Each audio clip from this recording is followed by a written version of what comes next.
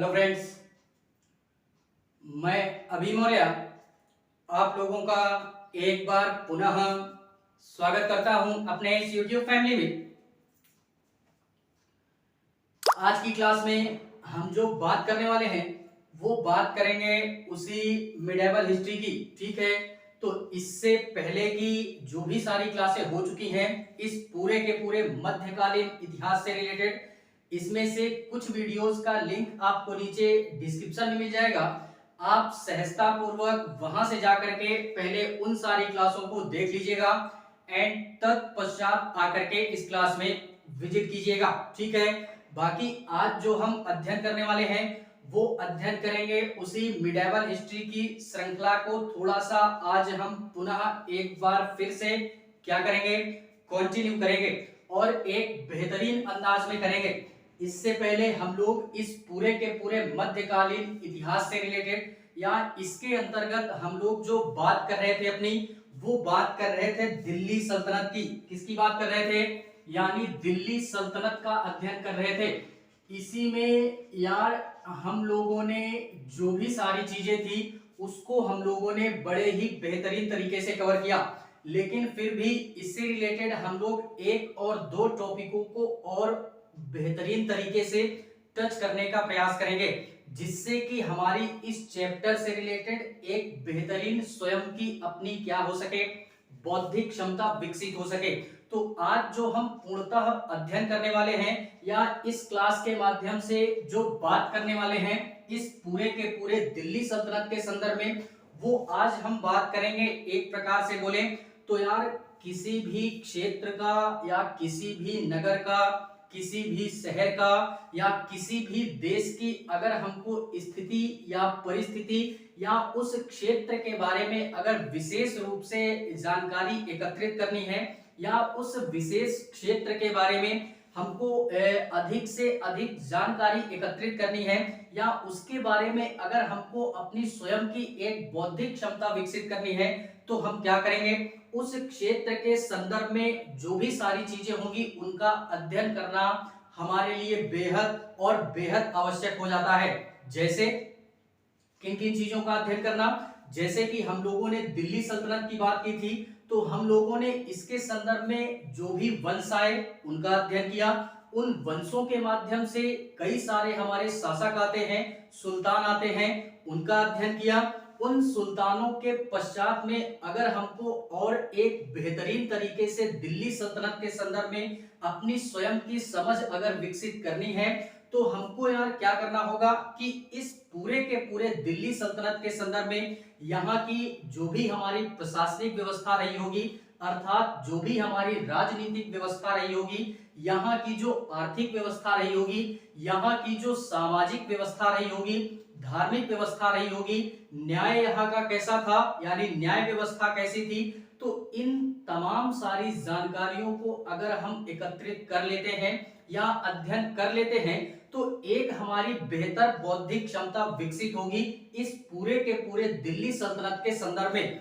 For example और भी जैसे हम लोग बात करें, जैसे कि यार हम लोग भारत देश में रहते हैं, ये हम लोग जानते हैं। ठीक है, तो भारत देश के संदर्भ में अगर हमको किसी भी प्रकार की कोई जानकारी एकत्रित करनी है या भारत के संदर्भ में हमको जानना है कि भारत कैसा देश है, यहाँ किस प्रकार के लोग रहते हैं, तो अगर इन सारी चीजों से या भारत से हमको रूबरू होना है पूर्ण रूप से, तो हम यहाँ के शासकों के बारे में बात करेंगे, यहाँ का जो भी हमारा लोकतांत्रिक सिस्टम होगा उसके संदर्भ में बात करेंगे, किसके शासन काल में क्या व्यवस्था थी, ये सारी चीजें, और किस राजा के संदर्भ में या कौन हमारा प्रधानमंत्री है, राष्ट्रपति है, या राज्य के स्तर पे बात करें तो कौन सा हमारा राज्यपाल है, मुख्यमंत्री है, इन्होंने अपने समय में कौन कौन से कार्य किए, किस संदर्भ में कार्य किए, इनके समय में किस प्रकार की प्रशासनिक व्यवस्था थी, इनके समय में किस प्रकार की समाज की व्यवस्था थी, इन लोगों के समय में किस प्रकार की अर्थव्यवस्था थी। तो अगर इस प्रकार की सारी जानकारियों से अगर हम रूबरू हो जाते हैं तो भारत के संदर्भ में एक बेहतरीन समझ हमारी क्या होती है, विकसित होती है। तो जस्ट उसी प्रकार से हम दिल्ली सल्तनत की बात करेंगे और इस पूरे के पूरे दिल्ली सल्तनत में आज जो हम अध्ययन करने वाले हैं वो अध्ययन करेंगे इन्हीं सारे टॉपिकों पर, ठीक है। यानी आज जो हम बात करेंगे इस पूरे के पूरे दिल्ली सल्तनत में वो मैं बात करूंगा सर्वप्रथम यहाँ की जो भी हमारे राजनीतिक स्थिति रही होगी, यानी राजनीतिक स्थिति के संदर्भ में बात करेंगे और इसी के पश्चात में राजनीतिक स्थिति के संदर्भ में या इसी को हम लोग प्रशासनिक स्थिति भी बोलते हैं, ठीक है।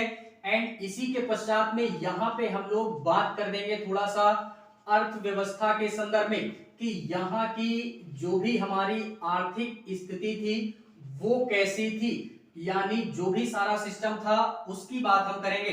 एंड इसी के पश्चात में अगर और बात करें तो यहाँ की जो भी हमारे सामाजिक स्थिति थी, यानी समाज में किस प्रकार के लोग रहते थे और समाज में किस प्रकार की हमारी व्यवस्थाएं प्रचलित थी जो कि सुल्तान के द्वारा पूरे के पूरे इस समाज को हैंडल किया जाता था या पूरे के पूरे प्रजा के रूप में या इन जो भी सारे लोग रहते थे समाज में इनके संदर्भ में सुल्तान हमारे किस प्रकार के कार्य और कौन कौन से कार्य करते थे जिससे कि एक बेहतरीन अंदाज में सल्तनत काल की सामाजिक स्थिति हमारे दिखाई देती है या उभर करके आती है, ठीक है।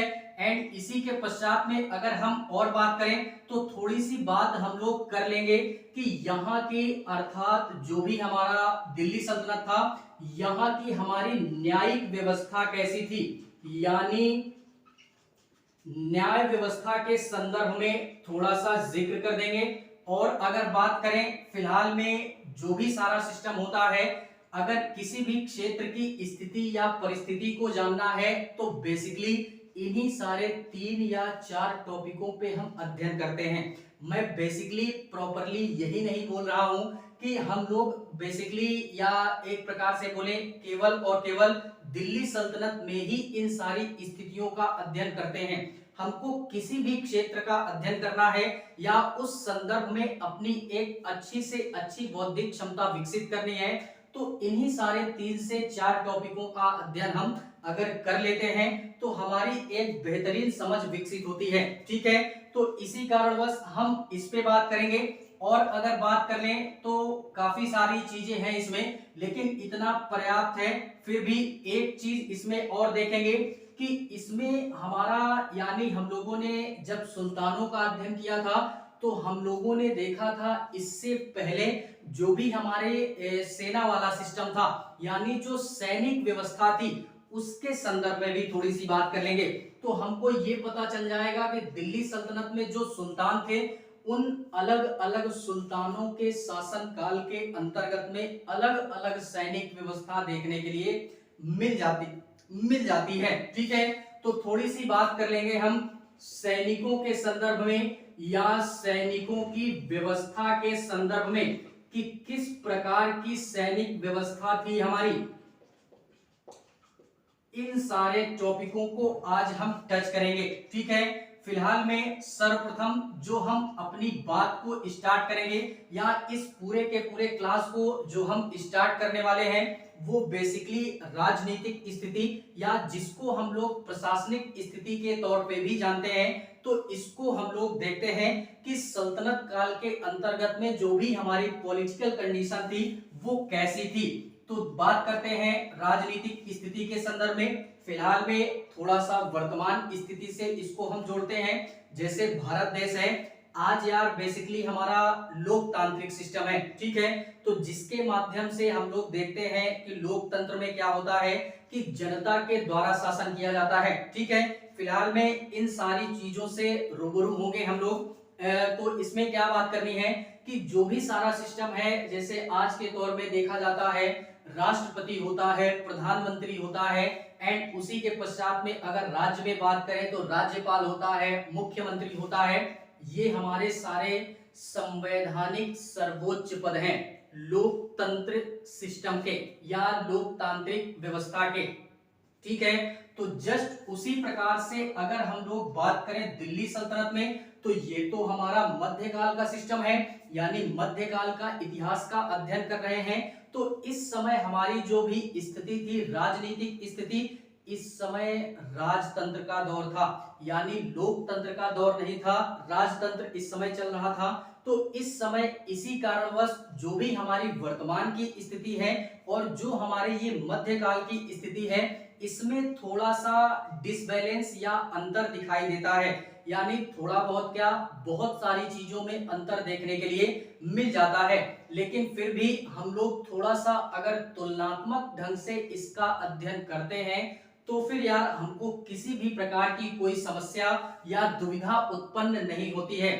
फिलहाल में हम लोग अगर राजनीतिक स्थिति में बात करें, तो हम लोग पहले ही जान चुके हैं कि राजतंत्र व्यवस्था का अध्ययन हम लोग कर रहे हैं, जिसमें कि वंशानुगत शासन चलता था, पहली बात तो, ठीक है। और दिल्ली सल्तनत में कई सारे शासक हमारे आते हैं जिनका अध्ययन हम लोगों ने किया है। फिलहाल में इसको हम लोग दो कैटेगरी में बांटते हैं। दो कैटेगरी में कैसे, यानी राजनीतिक स्थिति की बात करें तो इसको हम लोग, या इस राजनीतिक या प्रशासनिक स्थिति को अगर हम लोग बात करें तो इसको हम लोग दो खंडों में बांटते हैं। जैसे एक हमारा केंद्र स्तर पर शासन या प्रशासन संचालित किया जाएगा और दूसरा राज्य स्तर पर शासन या प्रशासन को संचालित किया जाता था उस समय सुल्तान के द्वारा। और बेसिकली हम लोग इसको यार दिल्ली सल्तनत का नाम क्यों देते हैं, क्योंकि दिल्ली के क्षेत्र में शासन करते थे और सल्तनत से तात्पर्य यह है कि यहाँ के जितने भी हमारे शासक थे, अधिकांश शासक, उन्होंने सुल्तान की उपाधि धारण की थी, यानी एक प्रकार की ये उपाधि थी सुल्तान नाम की, जिस कारणवश हम इस पूरे के पूरे चैप्टर को एक नाम देते हैं जिसको हम लोग दिल्ली सल्तनत के नाम से जानते हैं, ठीक है। और जो भी सारा सिस्टम है केंद्र पर, वो केंद्र पर जो भी सारा सिस्टम है, फिलहाल में देखते हैं इसको कि इसको हम दो खंडों में बांटते हैं। जैसे दो खंडों में कैसे, कि एक हमारा हो गया केंद्रीय स्तर का शासन हो गया या प्रशासन हो गया, एंड दूसरा राज्य स्तर का शासन हो गया या प्रशासन हो गया, ठीक है। तो इन दोनों को हम लोग देखते हैं और इसको हम बेसिकली वर्तमान से भी अटैच कर सकते हैं, वर्तमान से भी जोड़ सकते हैं।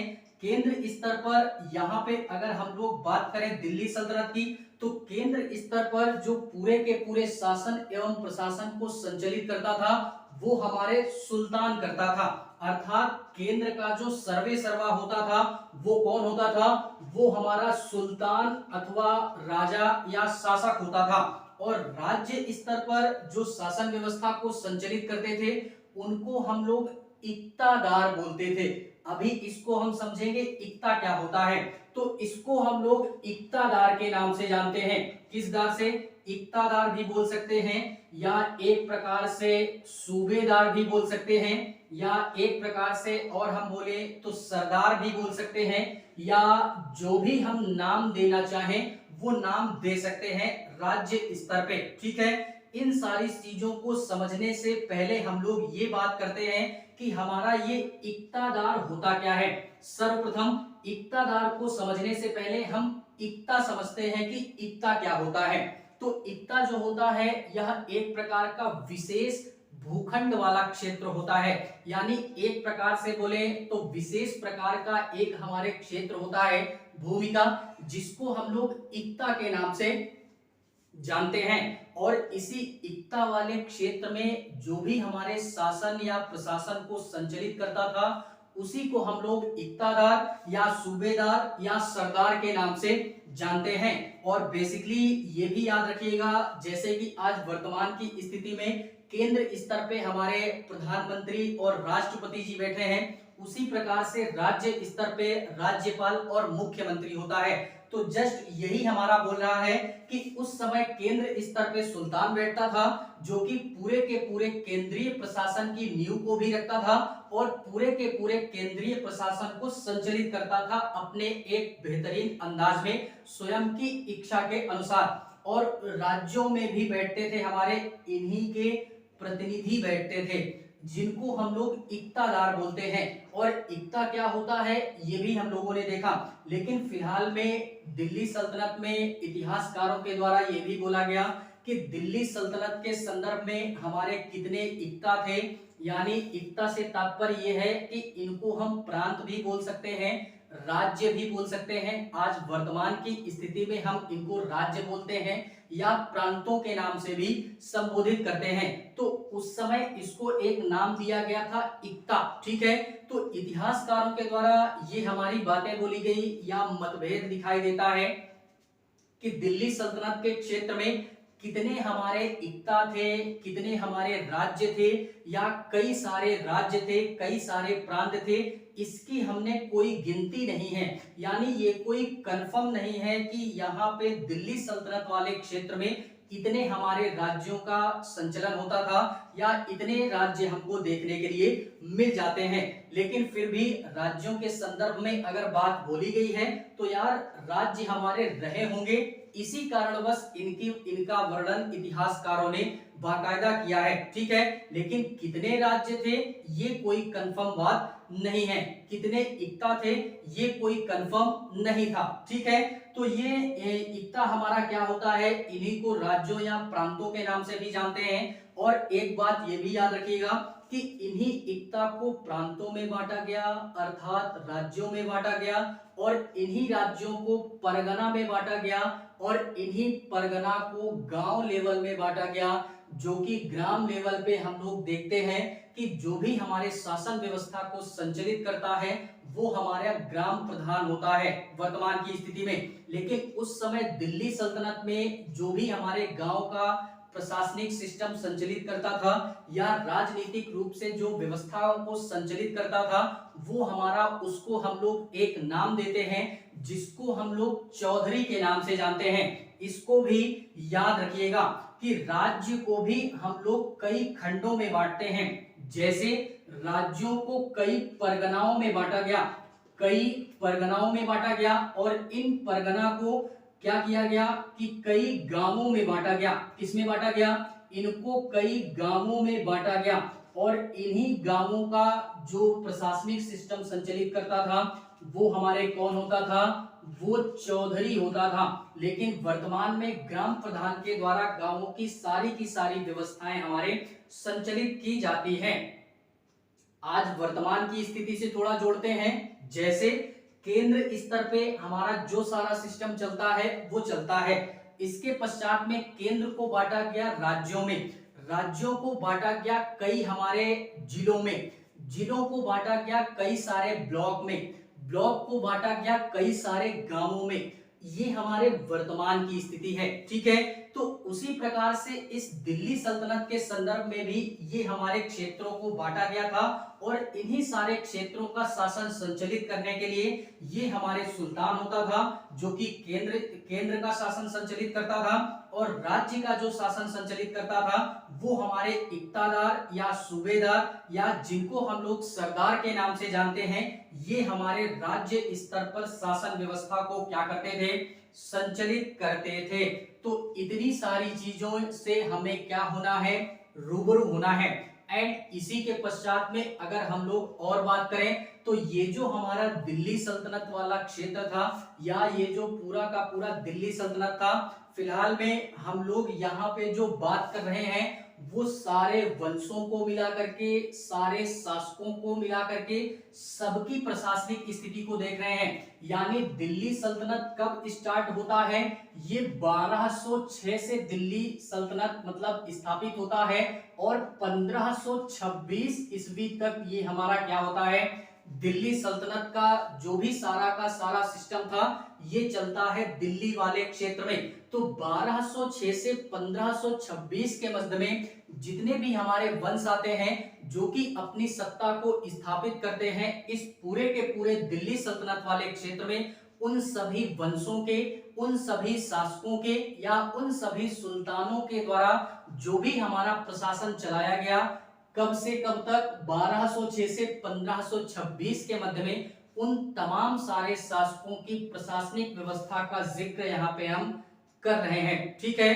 अलग अलग स्थिति फिलहाल में अधिकांश शासकों के द्वारा यही स्थिति थी, लेकिन फिलहाल में सारी जो स्थितियां हैं, जो भी हमारे सुल्तान थे, अलग अलग सुल्तानों के द्वारा अलग अलग स्थितियां या परिस्थितियां हमको देखने के लिए मिल जाती हैं, लेकिन बेसिकली अधिकांश सुल्तानों के संदर्भ में यही सारी स्थिति हमारे थी।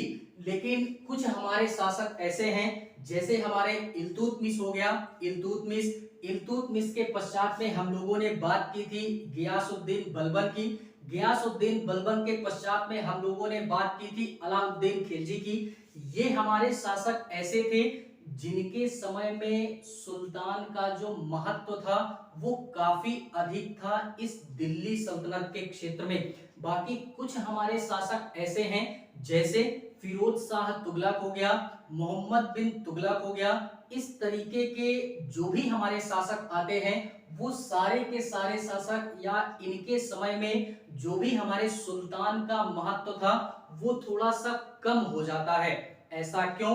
ऐसा इस कारणवश क्योंकि हम लोगों ने जब इन वंशों का अध्ययन किया था तो वहां पे हम लोगों ने तमाम सारी बातों का जिक्र किया, जिससे हमको ये अंदाजा लग जाता है कि इस पूरे के पूरे दिल्ली सल्तनत वाले क्षेत्र में कौन सा सुल्तान किस प्रकार से अपनी शासन व्यवस्था को संचालित करता है। तो उन सारी बातों का जिक्र हम लोग कर चुके हैं, लेकिन फिलहाल में इन सारी चीजों से हमने क्या होना है, रूबरू होना है। और इतना ही नहीं यार, ये जो केंद्र स्तर पर होता था, आज जैसे हम लोग बात करते हैं कि इतना विशाल क्षेत्र, और आज वर्तमान की स्थिति में बात करें, भारत जैसा हमारा इतना विशाल क्षेत्र जो कि भौगोलिक दृष्टि से पूरे विश्व में 7वें स्थान पे आता है, तो इतना विशाल भूखंड वाला क्षेत्र, और इसमें एक व्यक्ति के द्वारा प्रॉपरली एक शासक के द्वारा पूरे के पूरे देश का शासन व्यवस्था संचालित किया जा सके, ये असंभव है। ठीक है, जिससे कि अकेला एक व्यक्ति इस पूरे के पूरे भूखंड वाले क्षेत्र का शासन व्यवस्था अपने बेहतरीन अंदाज में संचालित नहीं कर सकता।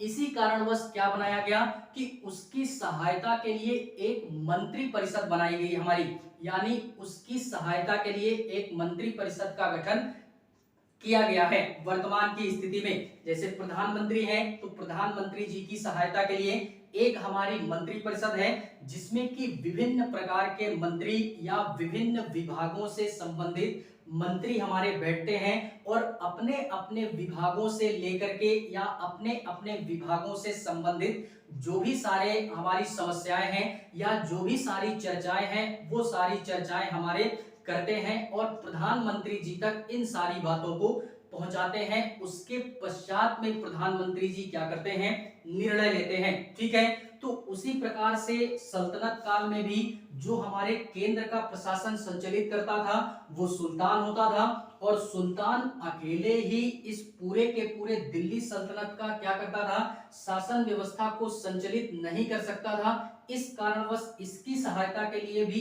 एक मंत्री परिषद बनाई गई। क्या बनाई गई? मंत्री परिषद बनाई गई, जिसको हम लोग एक नाम देते हैं, यानी एक मंत्री परिषद का निर्माण किया गया। मंत्री परिषद बनाया गया, जिसको हम लोग मजलिस भी बोल सकते हैं या मजलिस भी बोल सकते हैं। मजलिस एक खलबत के नाम से जानते हैं।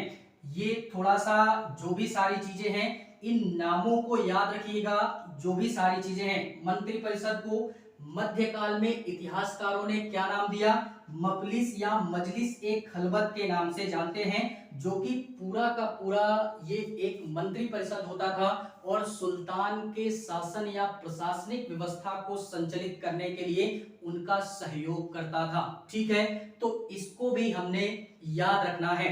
जस्ट सेम इसी प्रकार इक्तादार में भी होता है और राज्यों के संदर्भ में भी इसी प्रकार की व्यवस्था देखने के लिए मिल जाती है। तो इसको भी हमने क्या करना है, याद रखना है। इसी के पश्चात में अगर हम लोग बात करें तो थोड़ी सी बात ये करते हैं कि देखते हैं ये जो हमारा मंत्री परिषद था, इसमें कौन कौन से मंत्री हमारे आते हैं। अर्थात राजा की जो भी हमारी प्रशासनिक स्थिति थी, इनके द्वारा शासन व्यवस्था को अपने क्षेत्र में अच्छा से अच्छा चलाया जा सके, जिस कारणवश सुल्तान के द्वारा ही हमारे जो भी हमारे मंत्री होते थे उनका निर्माण किया गया या उनकी वैकेंसी निकाली गई और उनका गठन किया गया और एक प्रकार से बोले तो उनके लिए कुछ पद भी बनाए गए। जैसे आज हमारे मंत्री हैं, किसी भी प्रकार का कोई भी विभाग है, हमारा शिक्षा विभाग हो गया, स्वास्थ्य विभाग हो गया, रेलवे डिपार्टमेंट हो गया हमारा, तो इन सारे डिपार्टमेंट या इन सारे विभागों के संदर्भ में एक एक मंत्री हमारा केंद्र में क्या किया गया है, नियुक्त किया गया है। जस्ट उसी प्रकार से दिल्ली सल्तनत में भी इन मंत्री परिषद में विभिन्न विभाग बनाए गए और विभिन्न विभागों से संबंधित हमारे विभिन्न प्रकार के मंत्रियों का गठन किया गया। देखते हैं हमारे कौन कौन से विभाग थे मुख्य रूप से जो कि दिल्ली सल्तनत के क्षेत्र में पूरे के पूरे प्रशासनिक व्यवस्था को संचालित करने के लिए सुल्तान की क्या करते थे, सहायता करते थे। तो देखते हैं कौन कौन से पद थे हमारे जो कि बनाए गए थे। तो सर्वप्रथम हम लोग जो बात करते हैं वो बात करते हैं, एक हमारा विभाग आता है जिसको हम लोग दीवाने वजारत के नाम से जानते हैं। इस प्रकार के यार काफी सारे नाम हमको उल्लेखित मिलते हैं, तो नामों में थोड़ा सा इनको याद करने में दुविधा या समस्या हो सकती है, लेकिन फिर भी एक दो बार अगर हम लोग इनको पूरी तरीके से देख लेते हैं या समझ लेते हैं तो नामों को याद करना कोई बड़ी बात नहीं है, ठीक है। लेकिन फिर भी याद जरूर रखिएगा कि मंत्री परिषद जो था इसको हम लोग मफलिस ए खलबत के नाम से जानते हैं और जो विभाग बनाए गए थे उन विभागों को देखते हैं। जैसे दीवाने वजारत, दीवान ए वजारत के नाम से जानते हैं। ये एक प्रकार से किसका विभाग होता था, तो ये एक प्रकार से राजस्व विभाग होता था। क्या होता था, यानी राजस्व विभाग होता था, जिससे कि एक प्रकार से बोले पूरा का पूरा दिल्ली सल्तनत के क्षेत्र में जो भी हमारे टैक्स वसूले जाएगा, जो भी हमारी कर वसूली जाएगी वो किसके द्वारा वसूला जाएगा, उसके लिए एक विभाग बनाया गया जिसको हम लोग दीवाने वजारत के नाम से जानते हैं। और इस दीवाने वजारत का एक हमारा मुख्य हेड होगा या एक हमारा मंत्री नियुक्त किया गया जिसको हम लोग वजीर के नाम से जानते हैं। इसको भी हमने याद रखना है। ये वजीर क्या करता था कि ये एक प्रकार से बोले तो राजस्व को एकत्रित करता था, या ये हमारे राजस्व विभाग का सबसे बड़ा मंत्री होता था और सभी मंत्रियों में सबसे जो सर्वोच्च पद था वो था हमारा वजीर का पद। कब, दिल्ली सल्तनत में। विभाग का क्या नाम था, दीवाने वजारत। करता क्या था, राजस्व एकत्रित करता था, अर्थात जो भी हमारे टैक्स वगैरह वसूले जाते थे वो इसी मतलब विभाग के द्वारा वसूला जाता था, ठीक है। और इस वजीर की कंपैरिजन हम अगर वर्तमान की स्थिति में बात करें तो हम लोग बात कर सकते हैं आज के प्रधानमंत्री से, इसकी कंपैरिजन कर सकते हैं। ऐसा क्यों, प्रधानमंत्री से ही क्यों, क्योंकि भारत के संदर्भ में अगर बात करें तो सबसे सर्वोच्च और संवैधानिक पद जो है वो प्रधानमंत्री जी का है वास्तविक रूप से, ठीक है। इसी कारणवश इस दिल्ली सल्तनत में भी सबसे जो सर्वोच्च पद था वो था हमारा राजस्व विभाग का, जिसको हम लोग वजीर के नाम से जानते हैं, ठीक है। तो इसको भी हमने क्या करना है, याद रखना है। पूरे के पूरे कर व्यवस्था को हैंडल करता था, क्योंकि पैसे को एकत्रित करना और पैसा ही सबसे, या एक प्रकार से बोले तो जो भी कुछ है आज के समय में या पहले के समय में पैसा ही सब कुछ होता है। ये इसी कारणवश एक मंत्री बनाया गया जो कि वजीर का था, ठीक है। इसी के पश्चात में दूसरे विभाग की बात करें तो दूसरा जो विभाग था उसको हम लोग आरिज ए मुमलिक के नाम से जानते हैं। मुमलिक के नाम से जानते हैं, आरिज ए मुमलिक के नाम से जानते हैं। ये क्या होता है, आरिज ए मुमलिक, यह एक प्रकार से सैनिक विभाग से रिलेटेड या सैन्य विभाग से रिलेटेड एक विभाग बनाया गया जो कि पूरे के पूरे सैनिक डिपार्टमेंट अर्थात एक प्रकार से बोले तो सेनाओं को हैंडल करेगा। जैसे आज हम लोग देखते हैं वर्तमान की स्थिति में कि विभिन्न प्रकार के जो भी सारे हमारे डिपार्टमेंट बनाए गए सेनाओं के लिए, यानी एयरफोर्स के लिए अलग, नेवी के लिए अलग, एंड इसी के पश्चात में जो भी सारा सिस्टम है अलग अलग सेनाओं के लिए अलग अलग जो भी सारा सिस्टम था वो विभाग बनाया गया। तो सेम उसी प्रकार से सैनिकों के लिए एक हमारा विभाग बनाया गया, जो कि ये हमारा आरिज ए मुमलिक के नाम से जानते हैं। ये हमारे सैन्य विभाग का क्या होता था, सैन्य विभाग से क्या होता था, संबंधित होता था, और पूरे के पूरे सैनिक विभाग को क्या करता था, हैंडल करता था। इसी के पश्चात में अगर हम लोग और बात करें,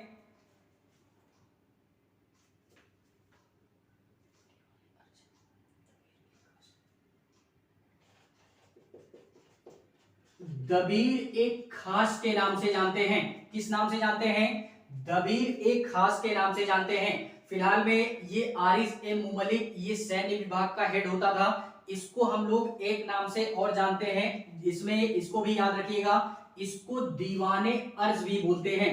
या एक प्रकार से सैन्य विभाग का जो हेड होता था वो आरिस ए मुमलिक होता था, और विभाग कौन सा होता था, तो इसको हम लोग दीवान ए अर्ज के नाम से जानते हैं, जो कि पूरा का पूरा सैन्य विभाग इसी के अंडर में चलता था, पूरे के पूरे दिल्ली सल्तनत के संदर्भ में। ठीक है, इसी के पश्चात में एक डिपार्टमेंट या एक विभाग और बनाया गया, जिसको हम लोग दबीर एक खास के नाम से जानते हैं।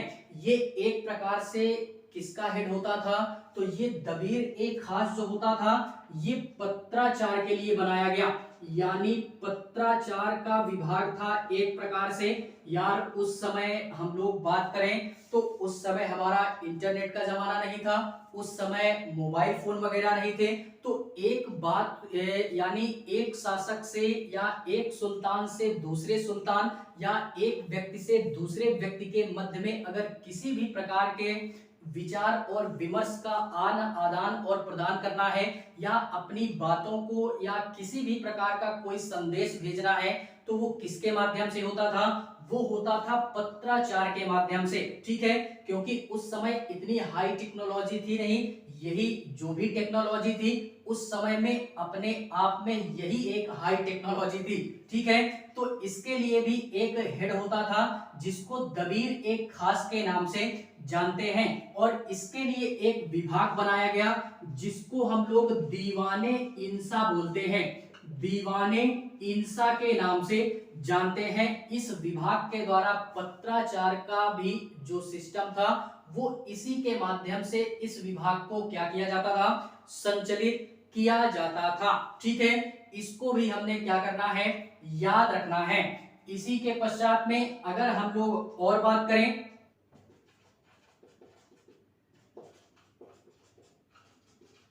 दीवाने रसालत, इसके पश्चात में एक विभाग और बनाया गया जिसको हम लोग क्या बोलते हैं, दीवाने रिसालत के नाम से जानते हैं। यह भी एक प्रकार का दिल्ली सल्तनत के अंतर्गत में प्रशासनिक व्यवस्था को या राजनीतिक व्यवस्था को और अधिक सक्षम रूप से संचालित किया जाए, इस संदर्भ में एक विभाग और बनाया गया जिसको हम लोग दीवाने रिसालत के नाम से जानते हैं।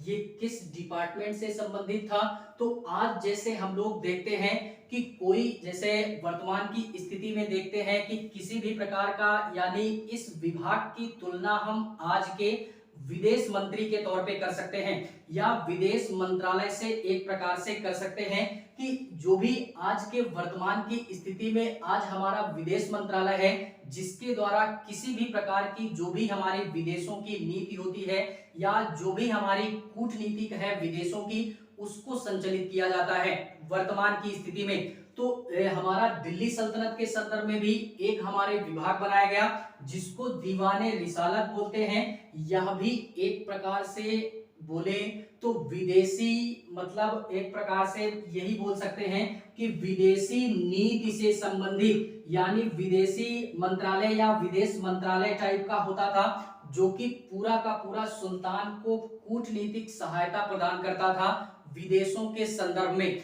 यानी सुल्तान की सहायता करता था जो भी हमारी विदेशों की कूटनीतिक स्थितियां होती थी या परिस्थितियां होती थी। आज वर्तमान की स्थिति में मोदी जी के द्वारा जो भी हमारा मंत्रालय बनाया गया जो कि विदेश मंत्रालय के नाम से जाना जाता है, उस विदेश मंत्रालय का प्रॉपरली एक मंत्री है और वो मंत्री हमारा विशेष रूप से जो भी हमारे विदेशों की नीति है या जो भी हमारे अन्य देशों की कूटनीतिक स्थिति है उससे हमको रूबरू करवाता है। ठीक है, तो जस्ट उसी प्रकार से था ये दीवाने रसालत। ठीक है, इसी के पश्चात में बात करते हैं अन्य एक विभाग और था, और विभागों का जिक्र करते हैं।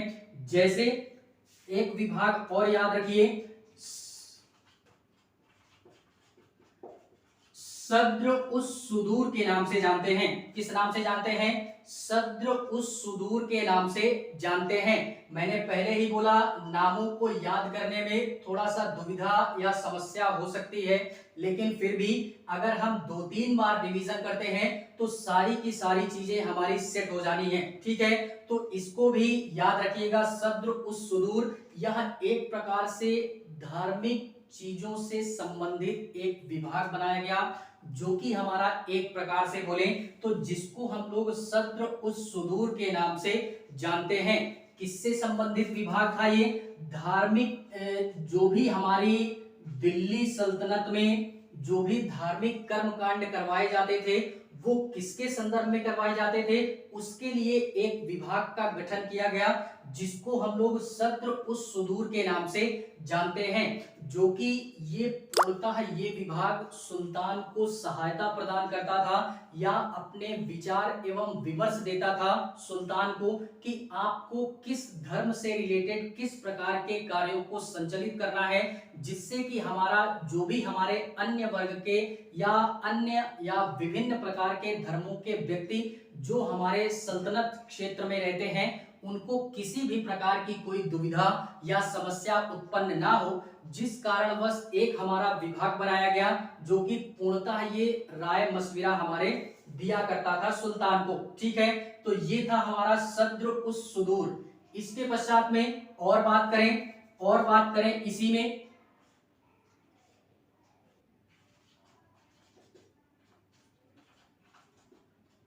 काजी उल कुजात के नाम से जानते हैं। किस नाम से जानते हैं? काजी उल कुजात के नाम से जानते हैं। यह भी एक प्रकार से हमारा विभाग बनाया गया था दिल्ली सल्तनत वाले क्षेत्र में। काजी उल कुजात ये किस से संबंधित था? तो यह भी बेसिकली एक प्रकार से बोले तो आज जैसे हम लोग देखते हैं कि भारत के संदर्भ में कि जो भी हमारे न्याय व्यवस्था को संचालित करता है उसके लिए आज हमारे भारत देश में बाकायदा कोर्टों का निर्माण किया गया है, जो कि एक प्रकार से बोले तो supreme court, high court, district court, ये हमारे क्या करते हैं कि न्याय की व्यवस्था को संचालित करते हैं भारत देश के संदर्भ में। ठीक है, तो जस्ट उसी प्रकार से मध्यकाल में क्या था कि दिल्ली सल्तनत पे हमारा एक डिपार्टमेंट बनाया गया, काजी उल कुजात के नाम से ये विभाग बनाया गया था। और यह विभाग क्या करता था कि पूर्णतः या पूर्ण रूप से न्याय से संबंधित जो भी हमारे विचार एवं विमर्श होते थे वो सुल्तान को प्रदान किया जाता था या सुल्तान की सहायता करता था ये विभाग हमारा। ठीक है, और उसके पश्चात में सुल्तान हमारा निर्णय लेता था। क्यों सुल्तान ही क्यों निर्णय लेता था? क्योंकि यार इस समय तक हमारे मध्यकाल में मैंने पहले ही बोला कि राजतंत्र का दौर था और आज वर्तमान की स्थिति में लोकतंत्र का दौर है, तो जो कि पूर्णतः यहाँ का जो भी निर्णय होगा वो हमारा राजा या सुल्तान नहीं लेता। इसके लिए न्याय के लिए अलग एक व्यवस्था की गई है जिसको हम लोग कोर्ट या supreme court, high court, district court के नाम से जानते हैं। ठीक है, तो उस समय राजतंत्र का दौर था तो राजा ही सारे कार्य करता था और निर्णय भी स्वयं राजा ही लेता था। ठीक है, तो काजी उल कुजात ये न्याय विभाग से संबंधित था, इसको भी हमने याद रखना है। ठीक है, इसी के पश्चात में अगर और बात करें कि पर्याप्त है इतना, एक विभाग और देख लीजिएगा जो कि इस पूरे के पूरे दिल्ली सल्तनत वाले क्षेत्र में क्या होता है कि एक विभाग और बनाया गया था जो कि एक प्रकार से बोले तो गुप्तचर विभाग था। आज वर्तमान की स्थिति में भी गुप्तचर विभाग हमारे बनाए गए हैं जो कि खुफिया विभाग हैं हमारे। जैसे ये सीबीआई, सीआईडी वगैरह ये क्या है? ये एक प्रकार से हमारा खुफिया एजेंसी ही है। आईडी, ईडी जो भी हम लोग अगर नाम सुने होंगे तो बेहतर है, नहीं सुना तो और बेहतर है, देख लीजिएगा इसको, ठीक है। यानी इसी प्रकार से खुफिया एजेंसी हमारी बनाई गई, इसके लिए भी एक विभाग बनाया गया, गुप्तचरों के लिए एक विभाग बनाया गया, जिसको हम लोग क्या बोलते हैं, वरीद ए मुमलिक के नाम से जानते हैं, वरीद ए मुमलिक के नाम से जानते हैं। यह विभाग किससे संबंधित था, तो गुप्तचरों से संबंधित था।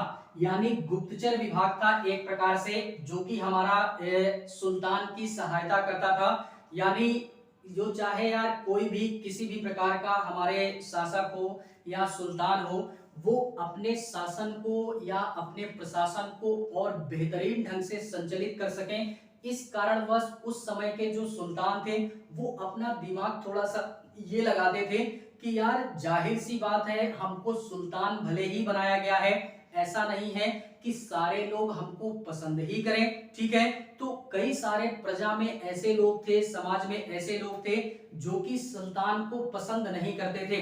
तो उनके पीठ पीछे यार कुछ भी हमारा कोई भी व्यक्ति कर सकता है, रणनीति बना करके वो शासक को या सुल्तान को मरवा भी सकता है, उनके संदर्भ में काफी सारी कूटनीतिक स्थिति भी पैदा कर सकता है, या किसी अन्य क्षेत्र के सुल्तान के साथ में मिलकर के वो हमारे क्षेत्र पे विद्रोह या आक्रमण भी कर सकता है।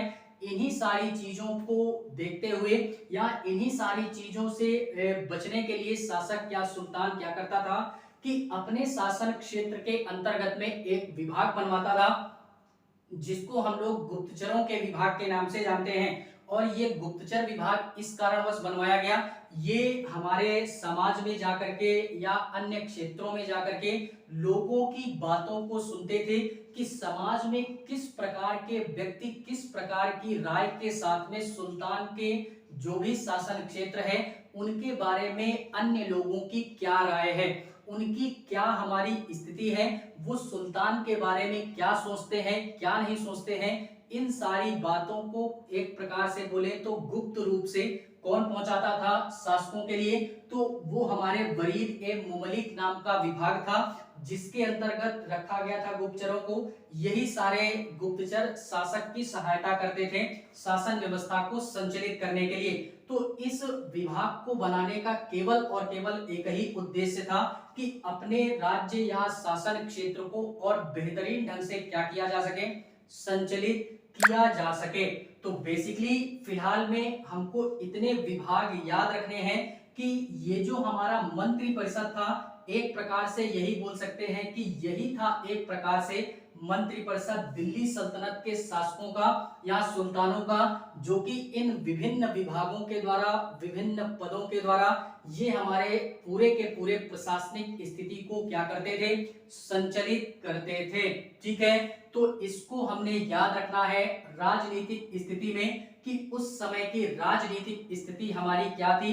और मैंने पहले ही बोला कि अलग अलग सुल्तानों के द्वारा अलग अलग जो भी हमारी प्रशासनिक स्थिति थी, वो अलग अलग सुल्तानों के शासन काल में अलग अलग स्थितियां देखने के लिए मिल जाती हैं। लेकिन फिलहाल में इन सारे डिपार्टमेंट को भी याद रखिएगा, और जो भी सारी चीजें हम लोगों ने पॉलिटिकल कंडीशन में पढ़ी, इसको भी हमने क्या करना है, याद रखना है। और फिलहाल में अगर यार हम लोगों ने पॉलिटी का अध्ययन किया होगा, तो पॉलिटी से अगर रूबरू होंगे तो हमको सारी चीजें रूबरू हो जानी है। इसी के पश्चात में बात करते हैं आर्थिक व्यवस्था की, कि ये हमारा दिल्ली सल्तनत के संदर्भ में जो भी हमारे अर्थव्यवस्था थी वो कैसी थी। लेकिन इसी अर्थव्यवस्था में ही हम एक पॉइंट और पढ़ेंगे, यानी मैंने इसका जिक्र किया नहीं, लेकिन फिर भी हम लोग देखते हैं अर्थव्यवस्था के संदर्भ में एक टॉपिक और टच करते हैं, जिससे कि हम एक अपनी अलग क्षमता विकसित करें इस पूरे के पूरे चैप्टर के संदर्भ में। अर्थव्यवस्था में हम लोग विशेष रूप से हम लोगों ने जो बात की थी राजस्व विभाग की, इसका जिक्र करते हैं, जो कि अर्थव्यवस्था के संदर्भ में ही आता है, ठीक है। कि यहाँ का अर्थव्यवस्था के संदर्भ में एक जिक्र और करते हैं कर व्यवस्था की। किसका जिक्र करते हैं, यानी राजस्व व्यवस्था की बात करते हैं कि एक प्रकार से पूरे के पूरे दिल्ली सल्तनत वाले क्षेत्र में जो भी हमारे राजस्व व्यवस्था थी या कर व्यवस्था थी वो किस प्रकार की थी। तो इससे पहले हम लोगों ने यार एक प्रकार से बोले तो जब हम लोगों ने वंशों का अध्ययन किया था, विभिन्न शासकों का अध्ययन किया था, तो उसमें हम लोगों ने देखा था कि काफी सारी चीजें हम लोगों ने पढ़ी थी, जिसमें यार उन्हीं सारी चीजों को हमने फिर से पढ़ना है। तो थोड़ा सा रिकॉल ही करते हैं, बाकी ज्यादा डिटेल में जाएंगे नहीं। उन सारी क्लासों को अगर हम लोग देख लेते हैं तो हमारा ये राजस्व व्यवस्था पूरी तरीके से क्या होता है, कंप्लीट होता है। थोड़ा सा जिक्र करते हैं कि पूरे के पूरे दिल्ली सल्तनत वाले क्षेत्र में बात करें तो 5 प्रकार के टैक्स देखने के लिए मिल जाते हैं। आज अगर वर्तमान की स्थिति में मैं बात करूं तो आज हमारे ऐसे हजारों डिपार्टमेंट हैं, ऐसे हजारों विभाग हैं जहां से हमारी सरकार को टैक्स प्राप्त होता है। ठीक है, अलग अलग विभागों से अलग अलग टैक्स हमारा प्राप्त होता है। उस समय मध्यकाल में हमारे 4 से 5 हमको टैक्स देखने के लिए मिल जाते हैं। उन कर का नाम भी है। आज भी जैसे हम लोग देखते हैं बहुत सारा हमारा करों का नाम है, इनकम टैक्स हो गया, ये जीएसटी टैक्स हो गया, इस प्रकार से ये एक प्रकार से टैक्सों का नाम है। ठीक है, तो उस समय मध्यकाल में भी टैक्सों का नाम दिया गया, जिसमें हम लोग पहले बात करेंगे खम्स कर की, इसकी चर्चा हम कर चुके हैं। खराज कर की बात करेंगे एंड इसी के पश्चात में जजिया कर की बात करेंगे। जजिया कर के पश्चात में जकात कर की बात करेंगे। जकात कर के पश्चात में एक कर हमको और याद रखिएगा जिसको हम लोग उस्र कर के नाम से जानते हैं। ठीक है, तो ये हमारे 5 प्रकार के कर जो बेसिकली दिल्ली सल्तनत के क्षेत्र में विभिन्न सुल्तानों के द्वारा ये हमारे एक प्रकार से बोले तो करों को चलाया गया था। क्या केवल और केवल यही 5 प्रकार के कर थे हमारे जो कि दिल्ली सल्तनत वाले क्षेत्र में थे हमारे, यानी 1206 से 1526 तक जितने भी सुल्तान हुए हमारे दिल्ली सल्तनत वाले क्षेत्र में, जिन्होंने बाकायदा दिल्ली की गद्दी पे बैठ करके अपनी शासन व्यवस्था को संचालित किया, तो क्या उन शासकों के द्वारा, उन सुल्तानों के द्वारा केवल यही 5 प्रकार के कर लिए जाते थे कि अन्य और कर भी थे? तो यार पहले हमने इन करों से रूबरू होना है। बाकी और अन्य कर भी थे हमारे, लेकिन उन करों को हम ज्यादा महत्वता नहीं देते हैं। जैसे जैसे कि हमारा जो भी उस समय के आम व्यक्ति हुआ करते थे, वो अगर अपने पशुओं को चराने के लिए किसी भी चारागाह वाले क्षेत्र में जाते थे तो उस चारागाह के नाम पे भी सुल्तान टैक्स लेता था। यानी जो भी क्षेत्र में अगर हम लोग जाते हैं या उस समय के व्यक्ति जाते थे पशुओं को चराने के लिए, तो उन पशुओं को चराने के नाम पे भी एक टैक्स लिया जाता था, जिसको हम लोग चारागाह कर के नाम से जानते हैं या पशु कर के नाम से जानते हैं। एक प्रकार से ये भी कर था। और अगर बात करें क्या और भी कोई कर था, तो बिल्कुल जी और भी कर थे हमारे। जैसे उस समय अगर किसी भी कृषि को या किसी भी किसान को अगर एक प्रकार से बोले तो सिंचाई व्यवस्था करनी थी या सिंचाई वगैरह करनी होती थी, तो सुल्तानों के द्वारा नहरों, कुओं, तालाबों का निर्माण करवाया गया था। तो उन पर भी सुल्तानों के द्वारा टैक्स लगाया गया था कि यदि कोई भी किसान इन नहरों से, इन कुओं से, इन तालाबों से अगर किसी भी प्रकार की कोई सिंचाई करता है अपने फसलों के संदर्भ में, तो वो भी कर देगा, अर्थात वो भी टैक्स देगा सिंचाई के नाम पे, जिसको हम लोग क्या बोलते हैं, हक ए सर्द के नाम से जानते हैं। और इसकी जो दर थी वो 1/10 हुआ करती थी, यानी कुल हमारे आमदनी का 1/10वां हिस्सा वो हमको किसको देना होता था, सुल्तान को देना होता था। तो इस प्रकार से हमारा ये सिंचाई पर भी लगने वाला कर था। तो एक प्रकार से अगर और बोले तो क्या और कोई भी कर था, तो हम लोगों ने बोला ना कि कर काफी सारे थे, लेकिन जिनको महत्वता दी गई दिल्ली सल्तनत वाले क्षेत्र में, जो इतिहासकारों ने मध्यकाल में जिन करों को महत्वता दी, वो केवल और केवल 5 प्रकार के कर हैं हमारे। कौन कौन से? खम्स, खराज, जजिया, ज़कात एंड ऊस्र कर। ठीक है, और इसी के पश्चात में व्यापार के नाम पे भी सुल्तान हमारे कर लिया करते थे।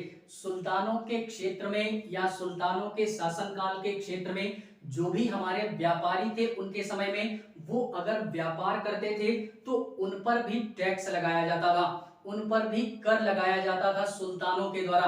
तो उसको हम लोग व्यापारिक कर के नाम से जानते हैं। और बेसिकली हर एक चीज पे टैक्स लगाया गया, क्योंकि यार हम लोग जानते हैं कि ये हमारे मुसलमान थे, और बेसिकली मुसलमान तो थे ही, ये तुर्क मुसलमान थे, इंडिया के थे नहीं। जिस प्रकार से एक प्रकार से बोले तो इंडिया के व्यक्तियों पर, या बोले तो इनके द्वारा मेरे अनुसार अगर जितनी मेरी समझ विकसित हुई, यानी इतिहास का अध्ययन करने के पश्चात में जो मेरी अपनी स्वयं की बौद्धिक क्षमता विकसित हुई, तो इस प्रकार के छोटे छोटे टैक्स हमने नहीं लेना चाहिए। यार इतने में जो भी हमारा गरीब व्यक्ति होगा वो क्या करेगा, वो तो यार टैक्स दे ही नहीं पाएगा। क्यों? क्योंकि यार कभी कभार अगर वो कृषि के संदर्भ में बात करें तो कृषि के संदर्भ में उसकी मजबूरी बन रही है, क्योंकि उसके पास में अन्य कोई व्यवस्था नहीं है। इसी कारणवश वो आपके नहरों पे डिपेंड है, इसी कारणवश वो आपके कुओं पर डिपेंड है। ठीक है, तो काफी सारी चीजें, व्यापार पर भी टैक्स लगता था, तो ठीक है ये लगता था, अच्छी बात है, लेकिन इतनी भारी मात्रा में नहीं लिया जाना चाहिए। जैसे कि अभी हम लोग देखते हैं कि ये जो हमारा खम्स था, खराज था, खम्स, खराज, जजिया, जकात, इसमें हम सारी चीजों की चर्चा कर चुके हैं। बेसिकली एक चर्चा हम लोगों ने नहीं की, वो है हमारा उस्र कर। इसकी चर्चा केवल हम यहाँ पे करते हैं। जैसे कि उस्र कर या भी एक प्रकार से कृषि से संबंधित कर होता था, लेकिन यह केवल और केवल मुस्लिम संप्रदाय के व्यक्तियों से लिया जाता था। यानी जो भी हमारे दिल्ली सल्तनत वाले क्षेत्र में या पूरे के पूरे सल्तनत कालीन शासन के दौरान में जो भी हमारे मुस्लिम संप्रदाय के लोग थे, अगर वो कृषि करते हैं तो उन मुस्लिम संप्रदायों के लोगों से एक प्रकार का कर लिया जाता था कृषि के नाम पे, जिसको हम लोग उस्र कर के नाम से जानते हैं। ये उस्र कर और एक प्रकार से ये खराज कर, ये दोनों सेम है हमारा। खराज कर भी कृषि से संबंधित ही था और उस्र कर कृषि से संबंधित था। फर्क केवल इतना है, ये हमारा मुस्लिम संप्रदाय के व्यक्तियों से लिया जाता था और ये हमारा हिंदू संप्रदाय के व्यक्तियों से लिया जाता था। और हिंदू संप्रदाय के व्यक्तियों में उस समय अगर हम लोग बात करें तो थोड़ा सा भेदभाव वाली स्थिति देखने के लिए मिल जाती थी। यानी हिंदुओं से जितना टैक्स वसूला जाता था उनकी अपेक्षा में मुस्लिम वर्ग के जो भी हमारे व्यक्ति थे उनसे कम टैक्स लिया जाता था। ऐसा क्यों? क्योंकि यार मुस्लिम सत्ता ही थी, तो मुस्लिमों का सपोर्ट थोड़ा सा ज्यादा था और हिंदुओं की सत्ता थी नहीं, तो इस कारणवश जितने भी हमारे सुल्तान थे वो हिंदुओं की तुलना में मुस्लिमों को थोड़ा सा ज्यादा ध्यान देते थे, उनका संरक्षण करते थे और काफी सारी चीजें वो मुस्लिमों के संदर्भ में ही करते थे। ऐसा इसी कारणवश क्योंकि मुस्लिम सत्ता थी हमारी ये पूरी की पूरी दिल्ली सल्तनत में। ठीक है, तो ये हमारा खराज और खम्स दोनों सेम ही है, केवल संप्रदाय का क्या है, फर्क है। हाल में ये है हमारा पूरा का पूरा दिल्ली सल्तनत, और इसी के पश्चात में इसके नेक्स्ट क्लास में बात करेंगे जो भी सारा सिस्टम होगा इस पूरे के पूरे अर्थव्यवस्था के संदर्भ में, या जो भी सारी चीजें होंगी इसी के नेक्स्ट क्लास में हम आपके समक्ष लेकर फिर से पेश होंगे। यानी फिर से हम बात करेंगे इसी पूरे के पूरे दिल्ली सल्तनत के संदर्भ में। ठीक है, तो फिलहाल में आज के लिए बस इतना ही। क्लास अगर अच्छी लगे तो लाइक करें, कमेंट करें और चैनल को सब्सक्राइब जरूर करें। ठीक है, बाकी मिलेंगे इस पूरे के पूरे सिस्टम के अंतर्गत में किसी अन्य क्लास में। तब तक के लिए जहां भी रहें स्वस्थ रहें, मस्त रहें और अपने लक्ष्य की तरफ अग्रसर रहें। ठीक है, बाकी मिलेंगे नेक्स्ट क्लास में, तब तक के लिए